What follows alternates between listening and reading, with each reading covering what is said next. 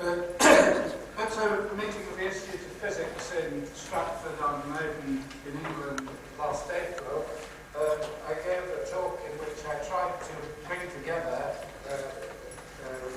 using the mapping idea, various aspects of friction which have been discussed in the last 3 days, in particular by Jim Greenwood on roughness, Savkoor on problems of sliding, and Tom Childs this morning on roughness on friction modelling, and several things I said myself on Monday.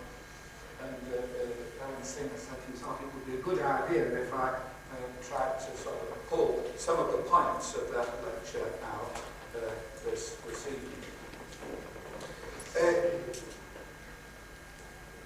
First, some words about surface roughness. I want you to remember everything that Jim Greenwood said this morning and forget everything that he's just said this evening.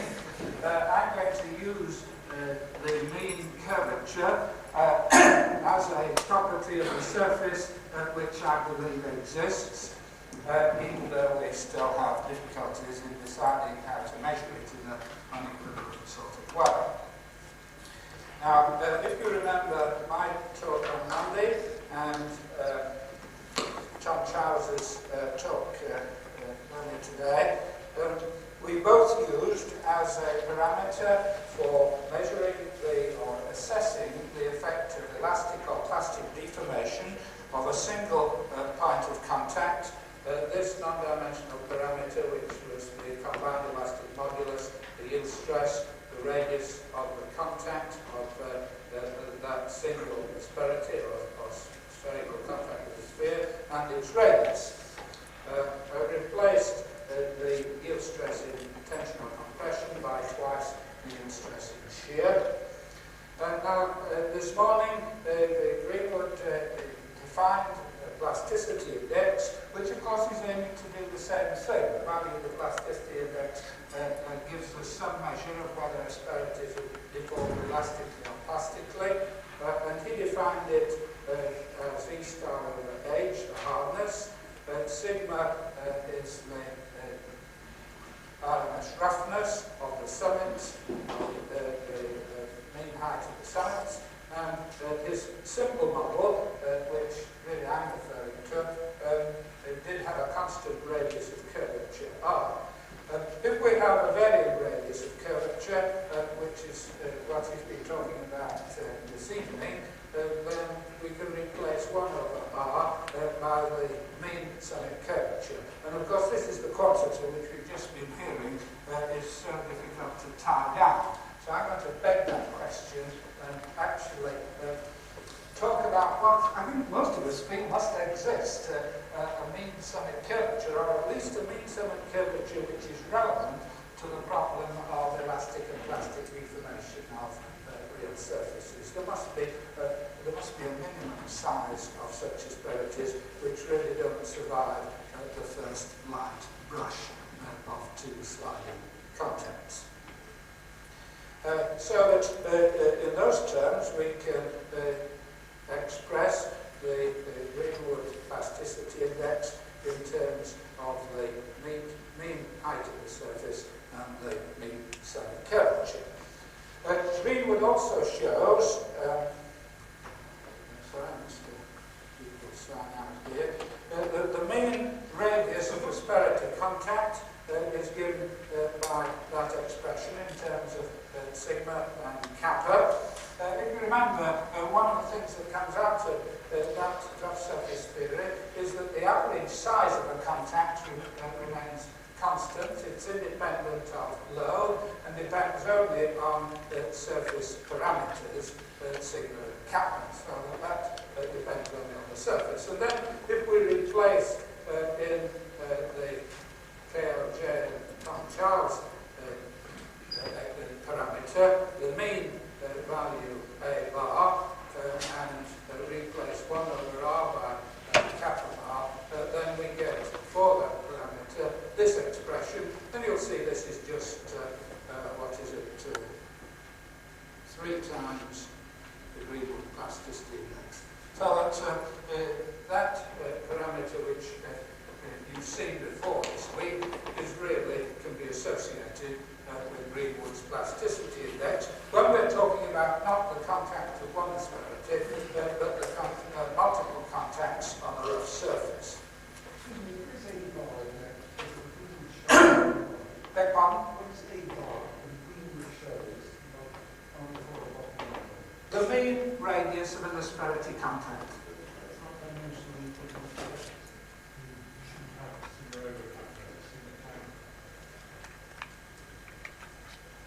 Sigma times.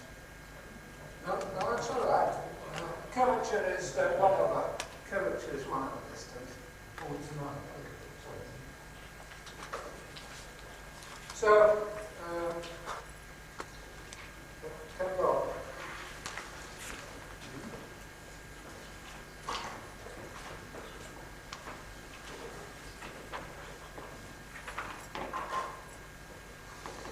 Now, I'm going to move to a plot which you saw this morning. Tom Childs had this diagram.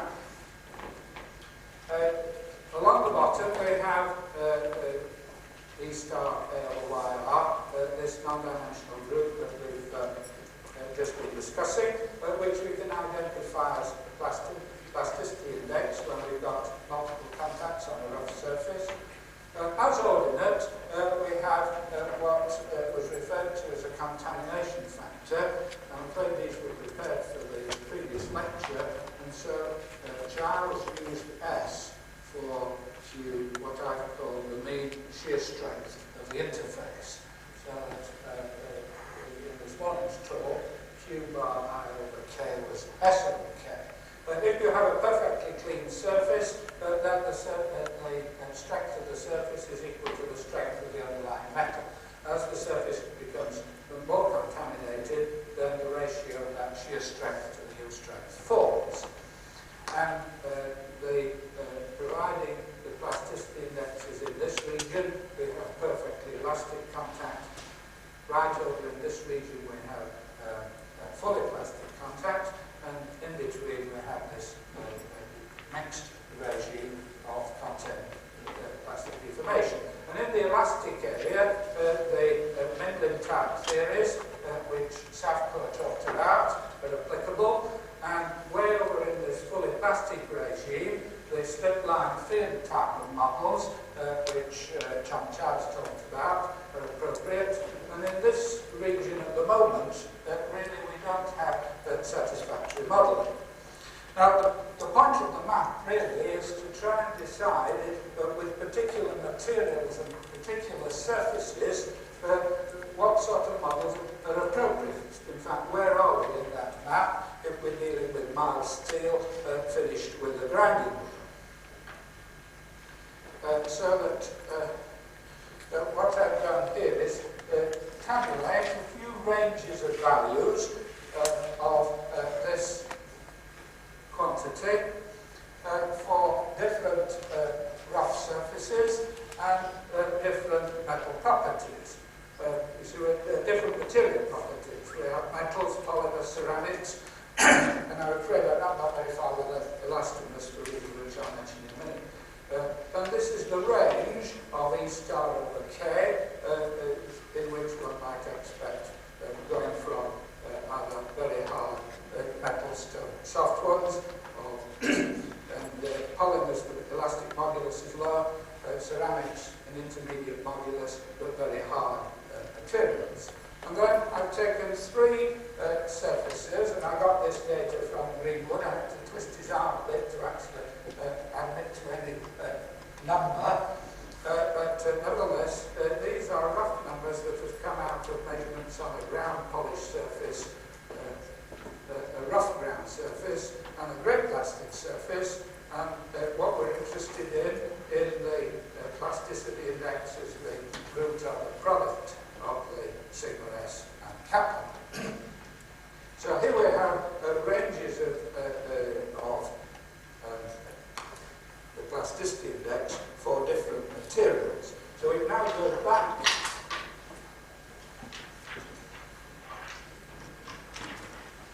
we can go back to the map, and we can put those ranges on top of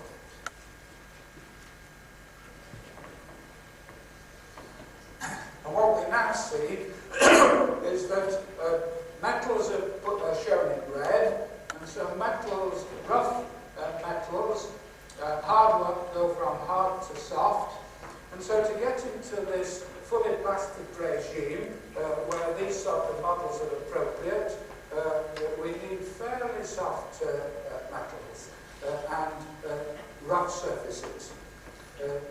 More medium roughness just reaches into the plastic zone with soft metals, and almost reaches the fully elastic zone for hard metals. And then if we really polish the surface, and this supports a remark that Jim made this morning, with smooth surfaces, even the softer metals still are operating in the elastic regime.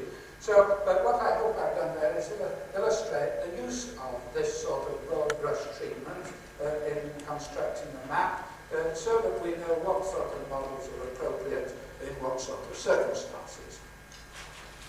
Now, well, there's nothing particularly novel about that. But now, what about the effects of strong adhesion and the type of behaviour which Savkoor was talking about yesterday, in which we think of friction in terms of mode 2 fracture.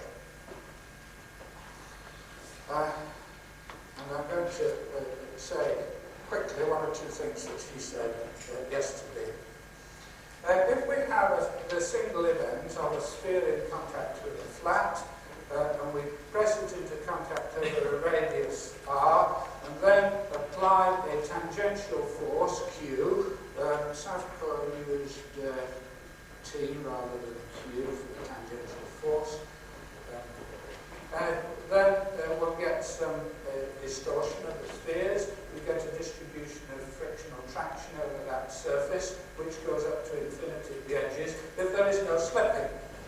That is, if there's strong adhesion and gripping, then we get these singularities at the edge. And if you plot Q against delta, the force against deflection, then one gets a straight line of that sort. And we can apply fracture mechanics simply to that. The magnitude of the mode 2 stress intensity K2 for that stress system is given by this quantity. And when that reaches the critical value, K2C, then we would expect the fracture to take place. And it's an unstable one, I can just state that, but obviously the area in which the traction acts is decreasing as the crack propagates in from the edge, so it's highly unstable, and at that critical force, the slipping takes place and the load falls to zero. One can actually build up a theory of friction using this model, which is on the bottom half of the slide, but I'm not going to talk about that for the moment. Now, under what circumstances is such a model valid? Is it going to be any good? Does it depend with physical reality?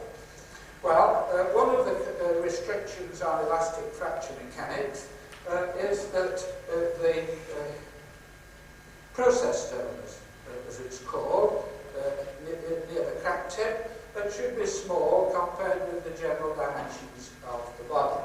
And that if these are metals which deform plastically, then the size of the process zone is determined by the shear strength of the material.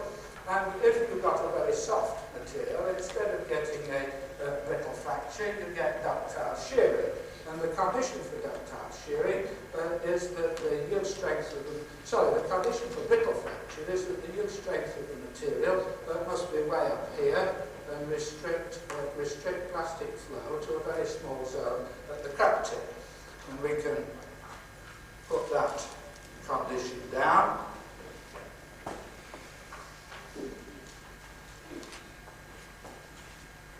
To apply linear elastic fracture mechanics, the yielding zone must be less than A, and this is the mean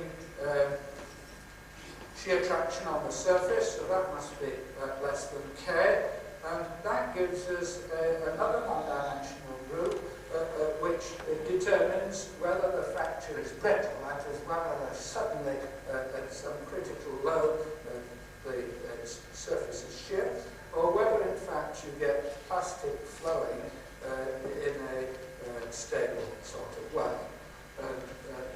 If we now replace A in this formula by the mean A for a rough surface, which we had on the screen a moment ago, then we get this brittle ductile transition factor in terms of the properties of the surface, kappa S and sigma, the critical stress intensity factor for fracture, and the yield strength of the material. So let's just put that parameter on one side for a moment. Now there's another drawback to mode 2 fracture models of friction, which Savkoor discussed yesterday. If you have a mode 1 type of fracture, then the surfaces get out of the way as the crack propagates, and you don't have any interference between the two surfaces once the crack is opened. But if we think of slipping as a mode 2 fracture, then we still have pressure pressing these surfaces together, even though the crack is penetrated in here. There is still contact in that angular region, and presumably some resistance to slipping. And the model that Savkoor presented, and I think it was a very sensible thing to do, and the Barkhan's experiments with rubber were very supportive of it, was to say that if you leave the contact statically, then it develops strong adhesion, and therefore there's quite a high critical K2 to get it to slip. But once it starts slipping, it slips at a much lower stress, which is this interfacial shear strength Q, or what Tom Childs denoted by S. And if we analyse what happens with this distribution of stress, well, that's what Savkoor did in his thesis, and produced these curves which we saw yesterday. Even tangential force here and deflection there. And now, instead of going up to some point where the whole surface slips and then dropping down to 0, we get a behaviour in which the surface goes up to this critical point here, and at that point the mode 2 fracture starts at the edges of the contact and propagates inwards, and an equilibrium calculation takes you around this funny shaped curve.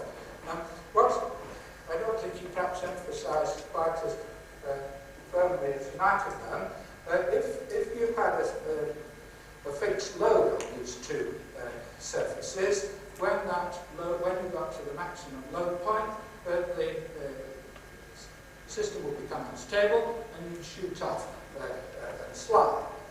If, on the other hand, you have fixed reps or control the displacement delta rather than the load, then you can actually come around to this point here. And if we're, in a minute, we're going to think of that as being an asperity in a multi-asperity contact.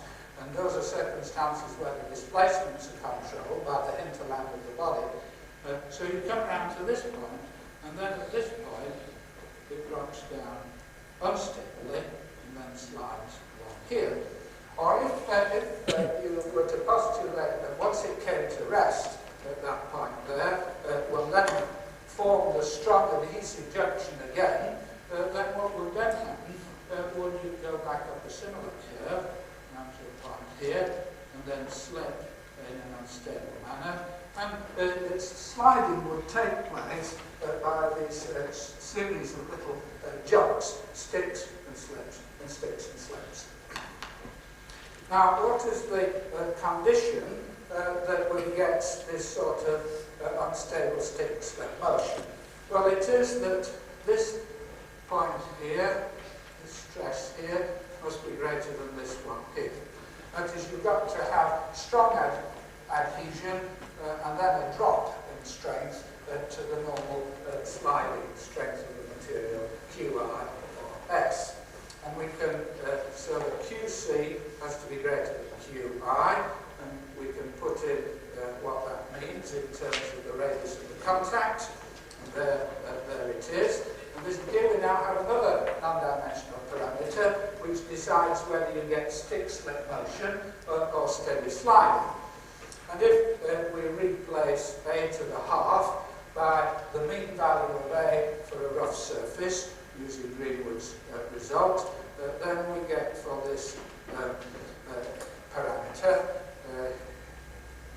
the one which is down here on the screen. It involves surface roughness variables, it involves K2C, and it involves the shear strength of the material. And if that's greater than 1, then we might get stick-slip motion. If it's less than 1, then we wouldn't expect it. We'd expect to get steady sliding.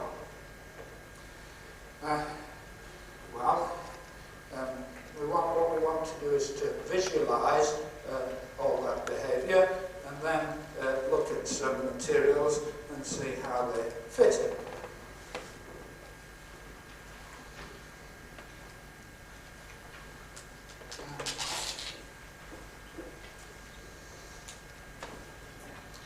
So, what we've done is to assemble 3 non-dimensional parameters.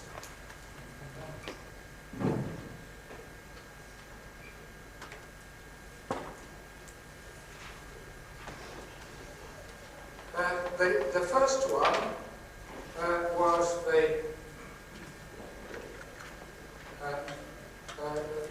one was the plasticity index. Sorry, leave the plasticity index out. The first one was this index phi, which tells you whether you get plastic deformation or brittle fracture. So this is a brittle plastic transition is governed by capital phi, and that's dependent on K2C and the yield strength of the material and the roughness of the surface in that particular way. And then we just derived this parameter gamma, which tells whether you get stick-slip motion or steady sliding. And I'm going to plot that as ordinate of this map. So we've got a map with an abscissa of phi and an ordinate gamma. Now, if we divide phi by gamma, you find that when you divide it out, you're left with Qi at the top. Remember that's Tom Childs' shear strength of the surface in sliding, and K is the yield strength of the material, and that was the contamination factor F. So F is not an independent parameter from the other 2. We've got 2 independent. One's phi and gamma, and one which is the quotient of the other 2. So if you plot on log graph paper, the axis of little f is a line at 45 degrees, and these are different values of f.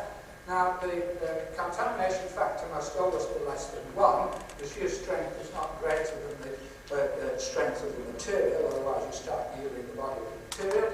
So that says that the only part of this graph which is relevant to us is above that line. And there are 3 regimes. This regime. You get ductile failure, plastic deformation, very much as Taylor described it many years ago. So if we have strong adhesion, the surfaces will stick, and then they will shear within the body of the material. This regime here, shaded in red, is describing that sort of behavior. In this blue rectangle here,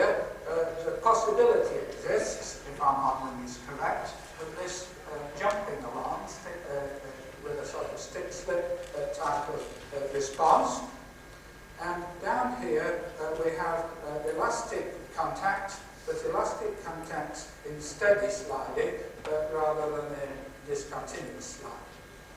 And now we do the same sort of thing and get some data as far as is possible, and you will realise how shaky this is as well as I. I collected it from Ashby's charts and material selection, which he's recently been collecting. And again, we have smooth, medium and rough surfaces, and we have metals, polymers and ceramics. We need K2C. There's no data for the critical mode 2 intensity factor, so just for a first shot with what we've got, I've taken K1C values from the data, and now we can try and see how different materials, rough or smooth, will fit onto that chart.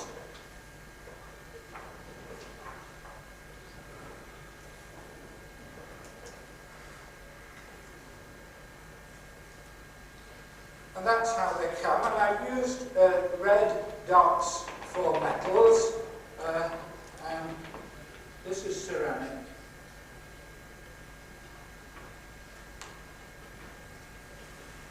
Over this range here, polymers over this range here, and metals over this range here. And what we see from this is that metals always fall into this regime. And that being the case, with the possibility of that sort of mode 2 fracture type of behaviour, sticking and slipping, or any sort of model based on fracture mechanics, is not going to work for metals. They're going to deform in a ductile way, as indeed we always assumed that they would. But if we look at polymers and ceramics, which bring us over into the negative regime for phi, then the possibility exists of the behaviour being controlled by a fracture type criterion rather than ductile shearing.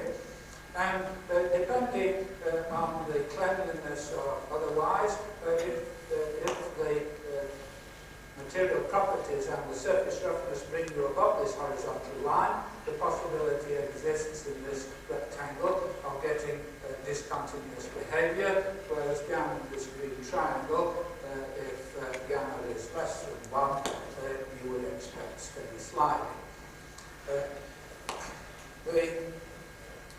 I think I should really preface the fact that by what must be obvious to you that this is highly speculative. But what it is really saying is that if there is possibilities of that type of behaviour, these are the areas in which you would expect it. These are the materials, these are the surface types of surface finish where you would expect to find it, and also other areas of the map where you would not expect to find it. And I think really this is only, in a sense, a first.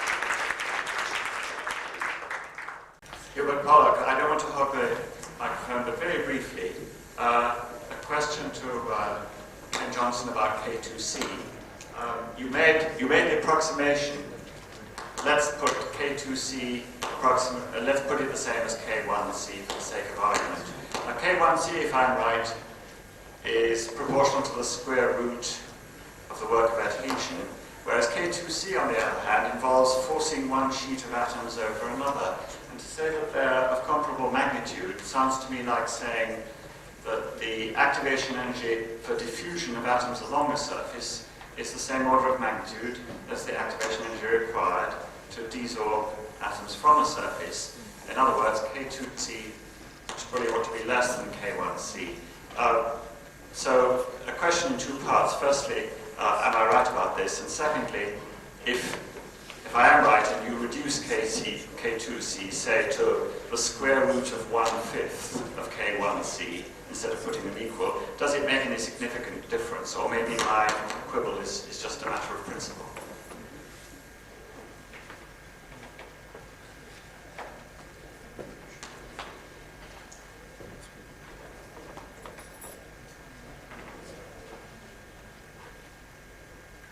There are others, I'm sure, who are better able to answer than I, how atomic forces will act in separating layers of atoms and trying to shear them. But I think my feeling is that they're similar order of magnitude. The area of research that I'm familiar with a little, which addresses these questions, is that of interface cracks. A great concern now in composite materials when you've got an interface between two materials, which is subject to both K1 and K2 loading. On the whole, it's found that K2C is higher, if anything, than K1C as an experimental fact, and there is an attempt, of course, to combine their effects through squaring and adding to get the total work of adhesion. But this is an area which is very much debated in ongoing research. Now, having said that, I think such differences as there are, which might be a quarter or a fifth or that sort of factor, are rather small compared with this very broad brush picture of whether we're even likely to get that sort of behaviour with known materials and known surface parameters.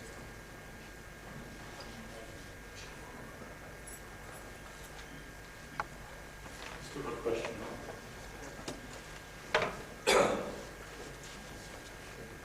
Mike Adams. Yes, I think experience in fracture mechanics is it's very difficult to propagate mode 2 cracks, and generally the cracks will try to propagate mode 1 locally. The measurements which have been made suggest that K2 is generally very much higher than K1. I think maybe this explains some of the data for polymers. There's also another factor which would influence the stress intensity factor, and that's evidence from the fracture of ceramics. If you do fracture mechanics on ceramic blocks in which you put a fatigue notch in, you actually have a friction zone behind the crack tip, and this leads to rising R curves, so that the resistance to cracking increases as the length of the crack increases. So when you've got normal forces, or frictional forces, acting behind the crack tip, this increases essentially the stress intensity factor. So if you look at the data, Ken was quoting the process zone size, which is related to the ratio of the stress intensity factor and the yield stress. The suggestion would be from that evidence that the local values of the process zone would actually be quite large because of these high stress intensity factors. So on that basis, it would probably explain why the adhesion model of friction could be applied to most polymers, because the adhesion model of friction is essentially the interfacial shear stress times the real area of contact, and that really is a lower bound equation or plastic failure criteria.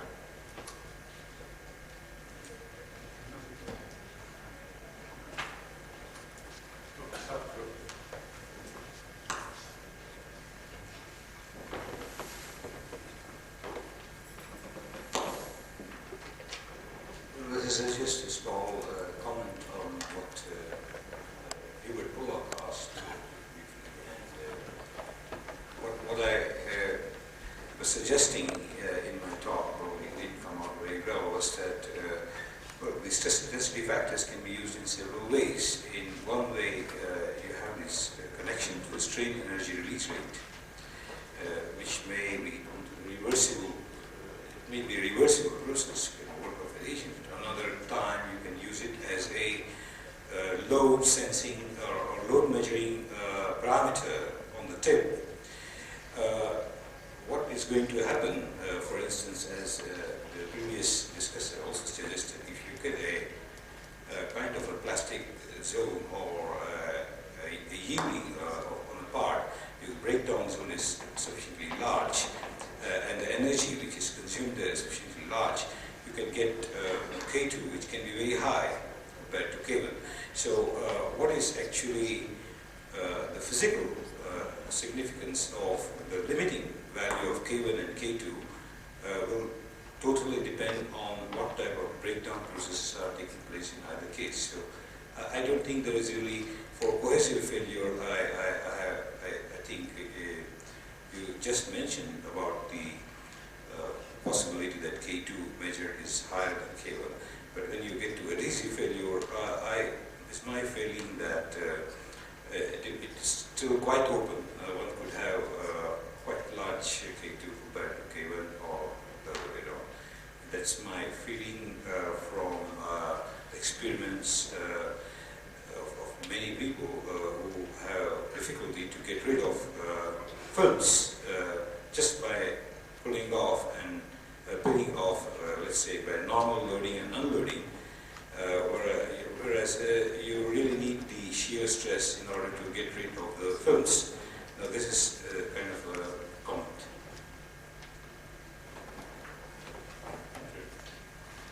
I think what those figures that I showed made fairly clear was that if one is dealing with metals, then one is going to get ductile type of failure, and in a sense K2C is an irrelevance. So that those suggestions about having regarding sliding or incipient sliding in fracture mechanics terms, I think they're ruled out as far as metals are concerned, and in a sense that's what the maps show.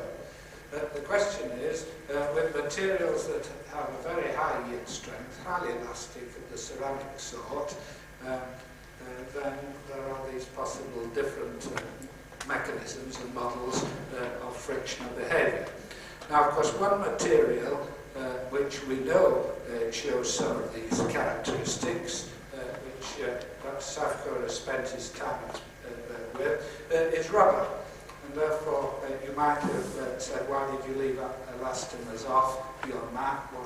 Isn't that an obvious example of a case where this type of stick-slip action is observed to take place?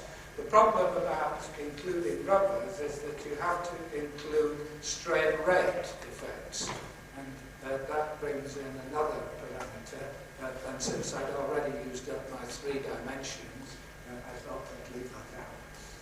But in order to include rubbers, you must have some parameter which involves strain rate, the viscoelastic